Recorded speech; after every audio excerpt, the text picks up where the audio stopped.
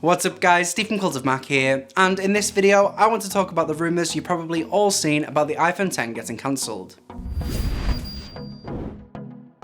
So if you've not read about it, earlier this week, reliable KGI securities analyst Ming-Chi Kuo penned a report stating that the disappointing sales of the iPhone X will lead to it being cancelled, with production coming to an end this summer.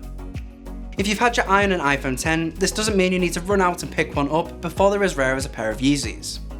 Most of these headlines are clickbait, trying to make people panic about the iPhone X, and that Apple is going to suddenly scrap it because it's disappointed in its sales figures, which isn't the case.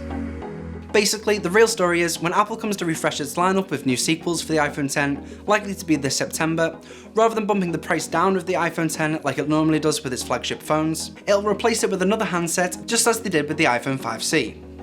Apple won't want to drop the price of a phone that currently retails for $999 down to say $600, as it'll then eat into the sales of whatever this year's iPhone 8 equivalent will be.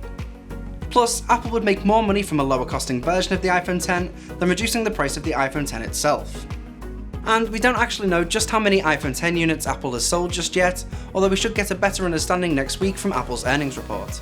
So all in all, you'll still see the iPhone X in stores for at least the next 8 months until Apple releases its new lineup of phones.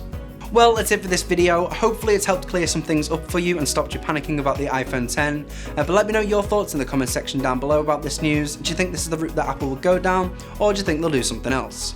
If you enjoyed this video or found it useful, go ahead and hit that like button, subscribe if you haven't already, and I'll catch you in the next one.